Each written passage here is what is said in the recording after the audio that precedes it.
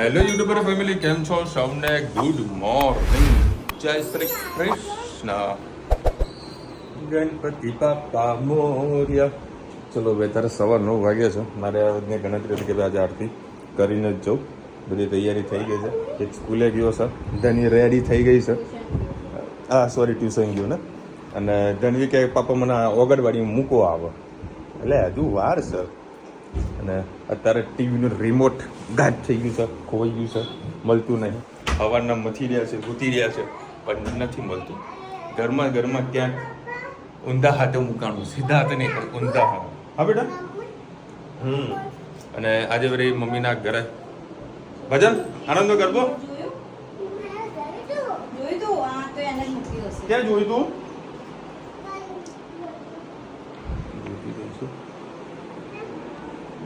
મળ્યું? ગોતો ગયું ક્યાં? ગોતી રહ્યા. ચલો, તો બ્લુટૂથમાં વળી આરતી કરી દેજે. બરાબર, હા તો ચાલુ જ છે, ખાલી બ્લુટૂથ કનેક્ટ કરી અને તારા મોબાઈલ કનેક્ટ કરી નાખજે, એટલે હું આરતી કરી બરાબર નીકળી જઈશ. અને કારણ કે એનું રીઝન છે કે રાત્રે કદાચ લેટ થાય ને તો આ લોકો રાહ ના જોવી પડે. કારણ કે 6 વાગે નીકળવાનો પ્રયત્ન કરું ને તો 8:30-9 વાગી જાય છે મારે.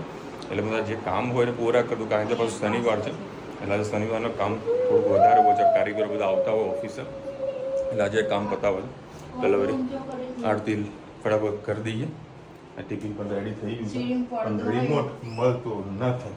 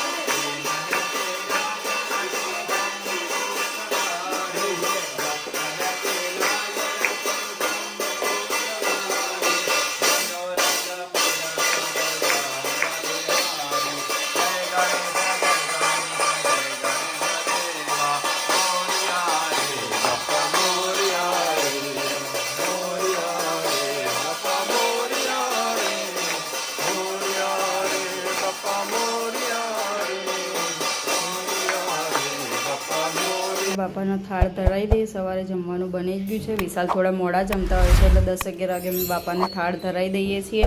અને આજે હેતને છે એક્ઝામ, એટલે આજે વહેલા જશે, એટલે આજે 10 વાગે તો બાપાને થાળ ધરાવી દઈશું. પછી હેતભાઈ એ થાળી લઈને જમી લેશે. બાપાને પાણી મૂકી દીધું છે. શાક, દાળ, ભાત, રોટલી, મોદક અને કેળું. હવે ધનવી જમાડી લેશે.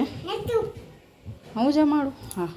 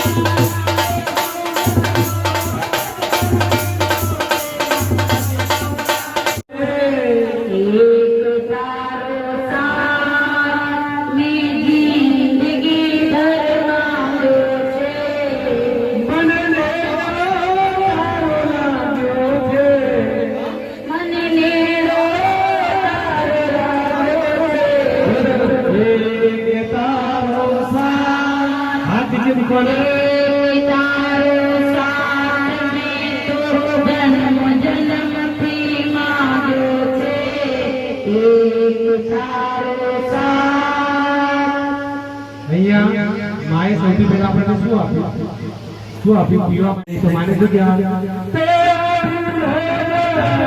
બોલો બેનો.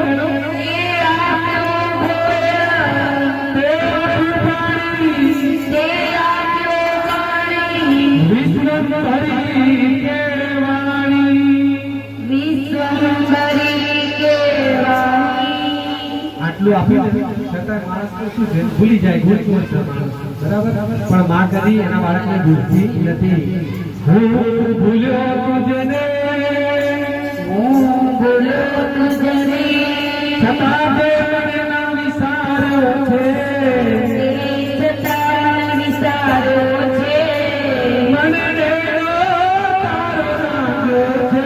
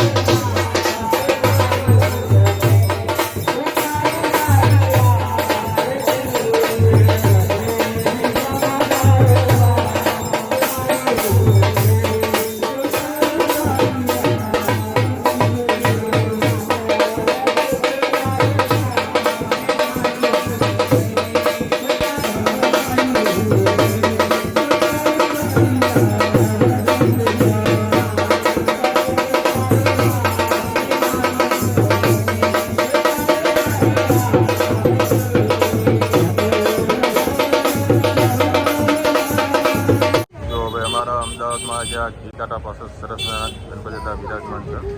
ઉપર ડેકોરેશન કરી છે. ધુમ્મસ છે મસ્ત લાગે. ડેકોરેશન બી જોરદાર કર્યું છે અઘોરી બાબા જેવું.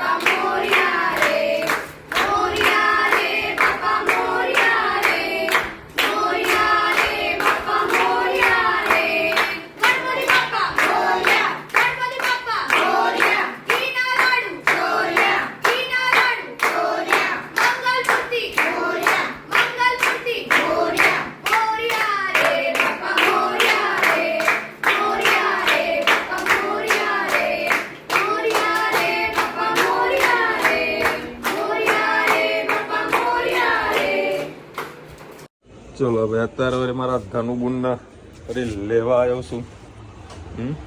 કેમ અહીંયા રોકાણી ત્યાં છે? એ આવો ભાઈ, કેમ છો? કયો જય શ્રી કૃષ્ણ. સરસ મજાના ગણપતિ દાદા મસ્ત ડેકોરેશન કર્યું છે. હા આ બીજી વખત આવ્યો, બીજી વખત આવ્યો ભાઈ. મારા ભાઈ આવ્યા છે. સરસ મજાના ગણપતિ દાદા.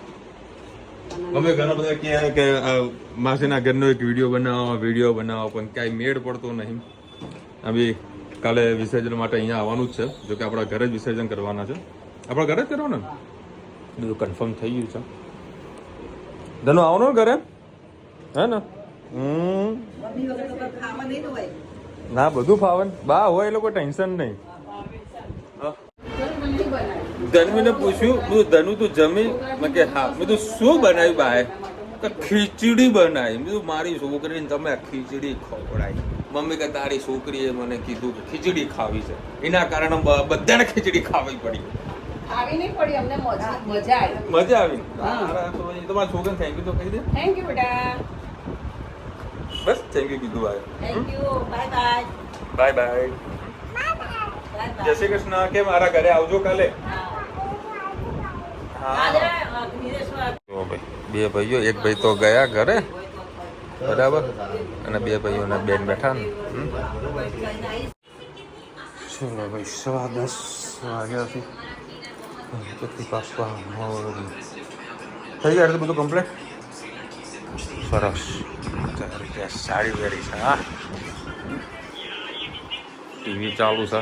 લાડો જમવાનું બનાવડા, ભૂખ લાગી છે. હાલે ધનો તાર ખીચડી તો પેટ ભરાઈ ગયું તું. નક્કી ને બંધ કરે. કોપીરાઈટ. ચલો હવે અત્યારે બનવાની છે સેન્ડવિચ. ગરમા ગરમ મૂકી દીધી છે. ગરમા ગરમ સેન્ડવિચ ખાણી પીએ તો ત્યાં બેઠે તો અહીંયા સેન્ડવિચ બનાવી લાવ થઈ ગયું. એવું છે બનાવડા. જો ખીચડી વાળીને પણ તો ભૂખ લાગે હો ભાઈ. ઠંડી કરીને ખા બેટા. સન સેન્ડવિચ બની છે. એ ફૂંક મારશે મારતો.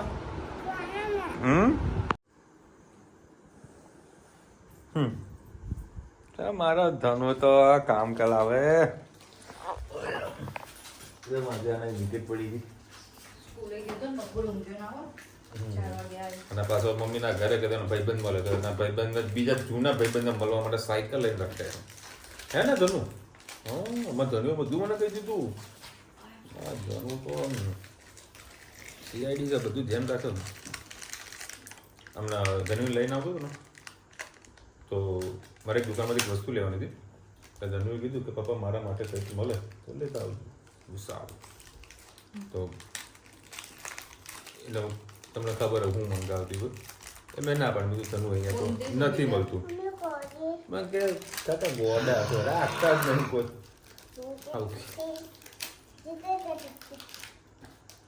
આજે બે ત્રણ ડિફરન્ટ એક કોમેન્ટ આવી છે. એ તમે લખી રહ્યા છે ગણપતિમાં અખંડ દીવો રાખવો પડે. રુચિતા વિશાલ જય શ્રી કૃષ્ણ.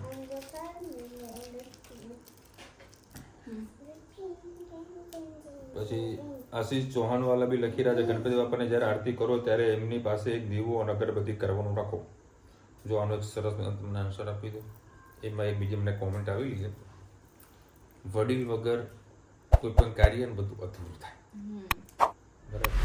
જો કે આપણે અગરબત્તી તો કરતા હતા પહેલે કરતો હતો તો બસ કાલે કરી. અને અખંડ દીવાનો તો મેં મહારાજને પૂછ્યું હતું. અખંડ દીવાનો આપણે અખંડ દીવો કાલે જ્યારે વિસર્જન કરે તે સવારથી કરીએ છીએ વિસર્જન સુધી, 5 દિવસ નહીં રાખતા. એટલે અમે મહારાજને પૂછ્યું કે મહારાજ અખંડ દીવો કરવાનો તો તેમને અમને કશું ના પાડી હતી, એટલે અમે નથી કર્યું. અમે જે બી કામ કરીએ છીએ ટોટલી મહારાજને પૂછીને જ કરીએ છીએ. મહારાજ જે કહે એ પ્રમાણે આપણે કરતા હોઈએ છીએ. ગેમિંગ લખી રહ્યા છે મહંત સ્વામી મહારાજ મહેસાણામાં પધાર્યા છે, તો ફેમિલી સાથે દર્શન કરવા જજો. જોઈએ જે કાલે જો સેટિંગ થશે તો દર્શન કરવા માટે ફેમિલી સાથે જઈશું. બાકી કાલ નથી લાગતું કે કાલે કદાચ કઈ જેમ મેર પડે. કુમુદબેન અને ગાયત્રીબેનને કોમેન્ટ આવે ગ્રીન વાળા સાડી વાળા બેન ડીસી ઢોલમાં મસ્ત નાચતો હતો. પછી શીતલ સાબેન લખી રહ્યા છે કે વ્લોગ જોવાની ફૂલ ફેમિલી હોય તો જોવાની કંઈક મજા અલગ હોય છે.